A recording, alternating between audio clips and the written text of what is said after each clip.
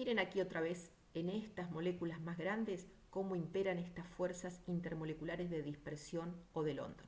Aquí está el pentano, representado con esferas, podríamos llamarlo también con la teoría de repulsión de pares.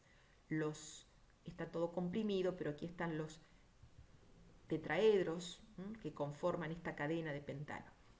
Así que esta molécula es apolar, interacciona con la vecina, que también es apolar, no le queda otra que con fuerza de interacción o de London. En un momento esta se polariza, induce un dipolo en la vecina y se produce una interacción. Este es el pentano.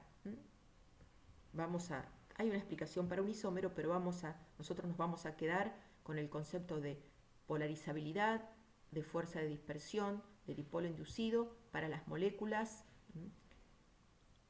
como el N-pentano.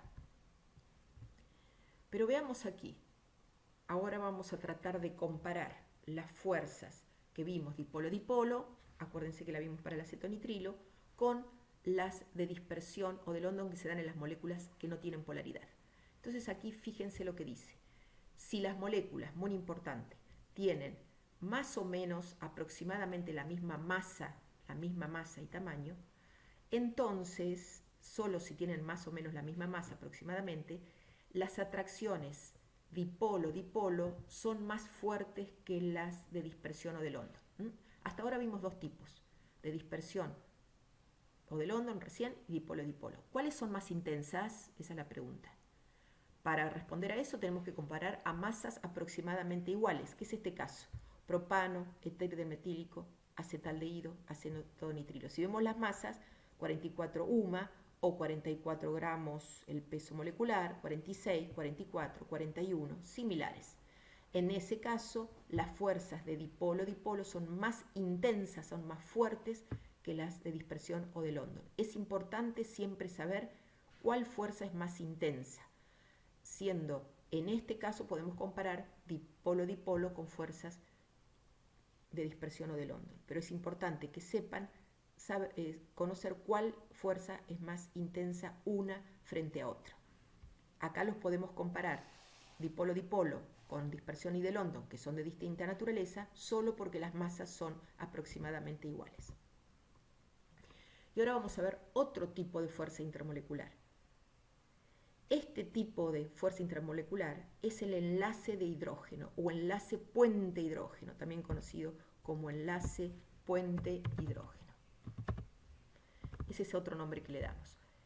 Ese tipo especial de fuerza entre las moléculas se da cuando las moléculas tienen un hidrógeno, pero cuidado, unido al flúor, unido al oxígeno, unido al nitrógeno.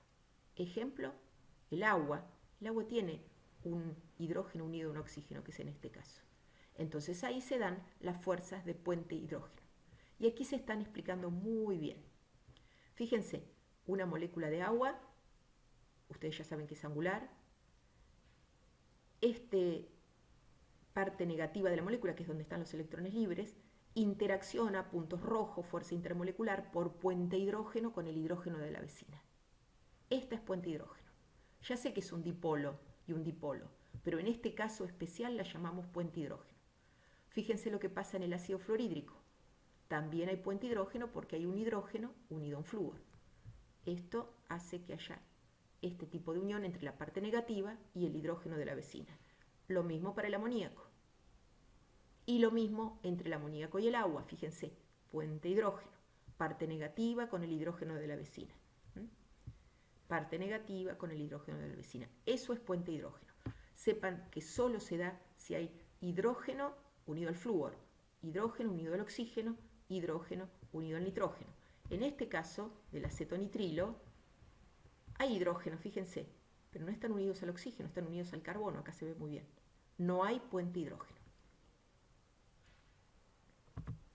Y este tipo de interacción, que se conoce como fuerza o interacción ion-dipolo, existe cuando hay moléculas polares y catión y anión.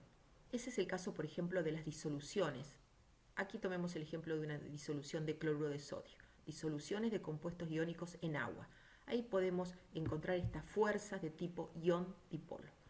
Aquí tenemos el anión, cloruro, y las moléculas de agua lo rodean y aparecen estas fuerzas entre la molécula de agua y el anión. Por supuesto que la molécula de agua, su dipolo, va a apuntar con la parte positiva hacia el anión, es lo que se representa aquí.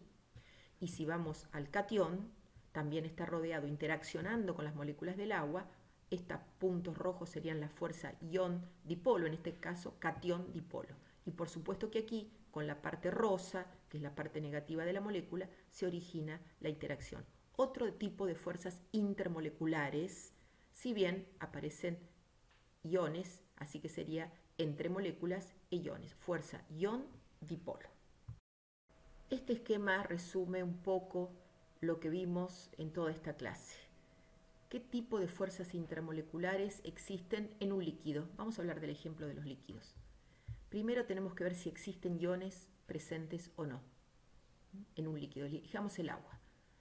En el agua no existen, así que nos vamos para este lado.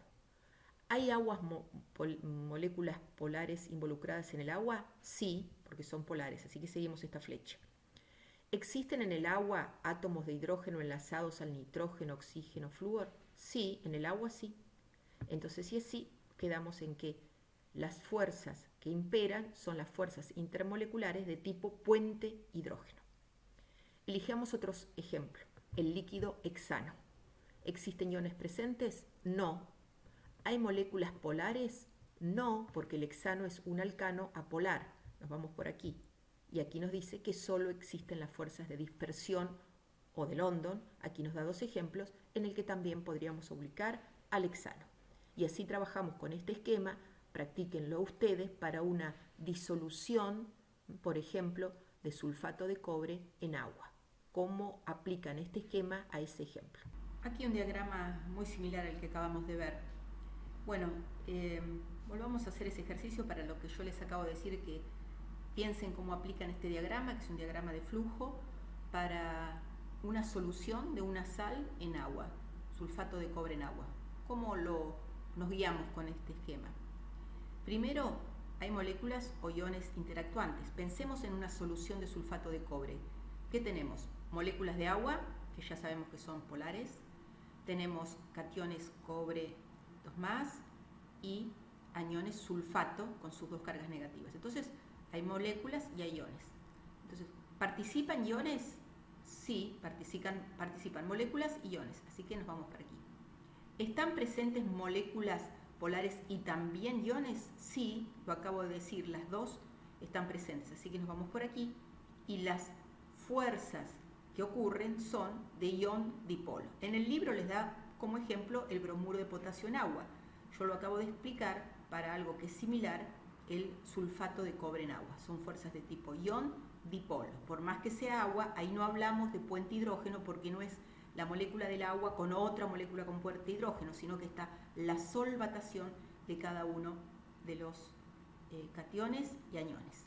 Veamos otro ejemplo. El sólido sulfato de cobre, no la solución, sino el sólido. Es un compuesto iónico sólido de color azul. Hay moléculas o iones interactuantes, por supuesto. ¿Participan iones? Sí. ¿Están presentes moléculas polares y también iones? No, porque yo ahora solo hablo del sólido. Así que si es no, hay un enlace iónico. Acá les da otros ejemplos: cloruro de sodio, nitrato de amonio, los compuestos iónicos que ustedes ya se tienen que ir familiarizando, ubicando catión y anión. Cloruro, catión sodio. En este ejemplo, catión amonio, anión nitrato. Tenemos que saber la carga, saber escribirlos.